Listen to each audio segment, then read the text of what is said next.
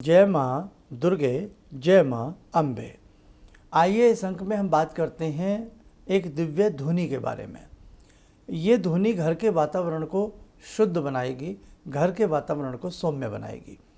कई बार हमारे मन में ऐसा होता है कि हमारे घर में बहुत सारी बीमारियाँ चल रही हैं, एक बीमारी आती नहीं, फिर दूसरी बीमारी आ जाती है, बीमारियाँ मानो जाने का नाम ना ले रही हों। घर का वातावरण भी कई बार तनाव युक्त लगता हो, घर में कई बार श्री समृद्धि का अभाव लगता हो, घर की रसोई में अन्नपूर्णा का मानो वास ना हो। हमारे घर के अंदर कई बार कोई ऐसी नकारात्मक चीज़ ने जन्म ले लिया है, या ऐसी नकारात्मक कोई चीज़ हमारे घर में मानो बस सी गई हो कि सब कुछ उथल पुथल हो रहा है। ऐसी स्थिति में कई बार हमें लगता है किसी की नज़र तो नहीं लग गई, कई बार लगता है घर के अंदर कोई बड़ा वास्तु दोष तो नहीं आ गया, कई बार लगता है घर के ऊपर किसी की कोई कुदृष्टि, कोई एक हाई सी तो नहीं लग गई। नाना भांति के विचार हमारे मन में कौंधते रहते हैं। आप जानते होंगे कि कई बार हमारे घर में कोई छोटे छोटे प्रयोग ऐसे होते हैं जो हम करते हैं और अपने घर के वातावरण को हम सुंदर बना सकते हैं, जिसमें एक धुनी का प्रयोग है। एक समय था, पुरातन समय था, घर घर में यज्ञ किए जाते थे और वास्तव में घर घर के अंदर बहुत प्रेम रहता था, घर का वातावरण अच्छा रहता था और हम लोग इतने बीमार नहीं रहते थे। आज का समय है कि बहुत सारी चीज़ें विलुप्त प्राय हो रही हैं, तो यज्ञ की जो धुनी होती है, ये यज्ञ का जो धुआं होता है और यज्ञ की जो ऊष्मा होती है, यज्ञ की जो खुशबू होती है, वो वास्तव में घर के वातावरण को शानदार बना देती है। उसी कड़ी में से एक है धुनी का प्रयोग। आप पहले कुछ सामान लिख लें, फिर मैं इसकी चर्चा आपको और अच्छे से समझा देता हूँ। आप लोग लिखें: भोजपत्र, जटामासी, अगर तगर, सरसों, गोघृत, कपूर और गूगल। अब जैसे गूगल है हार्ड फॉर्म में आएगा थोड़ा, अगर तगर ब्लैक सी लकड़ी होती है, ब्लैक वुड होती है, और जटामासी हो गया। तो जो चीज़ें हार्ड हैं उन्हें थोड़ा थोड़ा दरदरा कूट लें आप, इमाम जस्ते में या किसी भी चीज़ में, मिक्सी में नहीं, अगर तगर बहुत हार्ड होता है, मिक्सी ख़राब हो जाएगी। और दूसरी बात, या ये आपको कुटे कुटाए मिल जाएँ, थोड़े मतलब पतली सी फॉर्म में मिल जाएँ, छोटे छोटे कण के रूप में मिल जाएँ तो ले आएँ बाज़ार से। इसमें एक दो चीज़ें और मेरे हिसाब से आप ऐड डाउन कर लें, जैसे सफ़ेद चंदन पाउडर है, वो भी आप 20-30-50 रुपये का ले लें। और एक इसके अंदर आप एक चीज़ और नोट कर लें, 5-10 इसके अंदर आप लौंग फूल वाली, ऊपर जिसके फूल होता है वो लौंग भी इसमें डाल लें।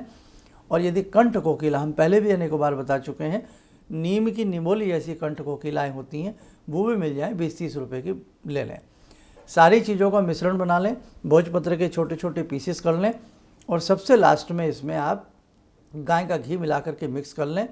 और फिर यदि कपूर है, या तो जिस समय धुनी दें उसी समय कपूर जला लें इसमें मिला करके, नहीं तो पहले से भी थोड़ा सा कपूर को चूरा सा बना करके मिश्रण में मिक्स कर लें।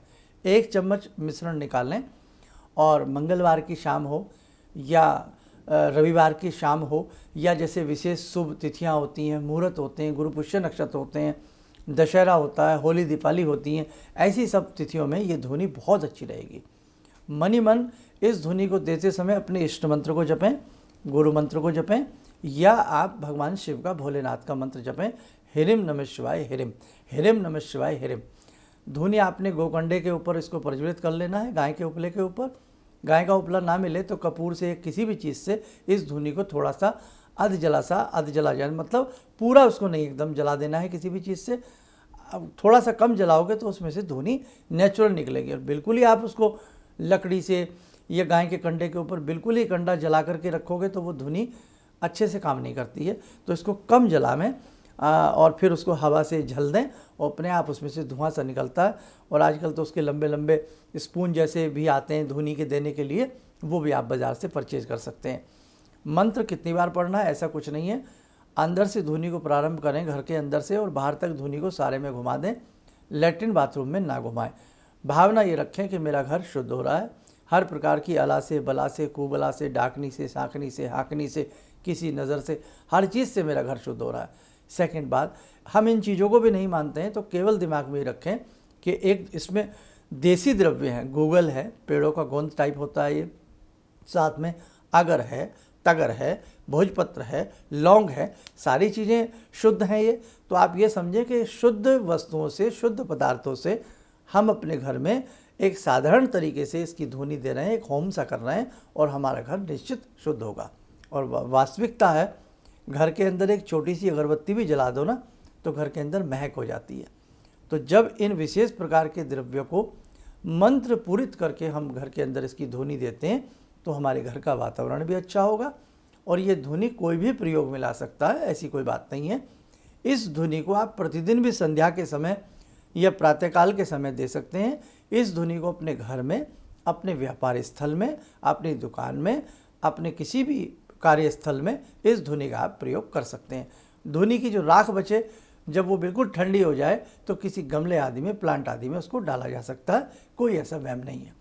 आप एक बार ये करके देखें, कुछ दिन इस ध्वनि का प्रयोग करें, आपको स्वयं में अपने घर का वातावरण अच्छा नज़र आने लगेगा।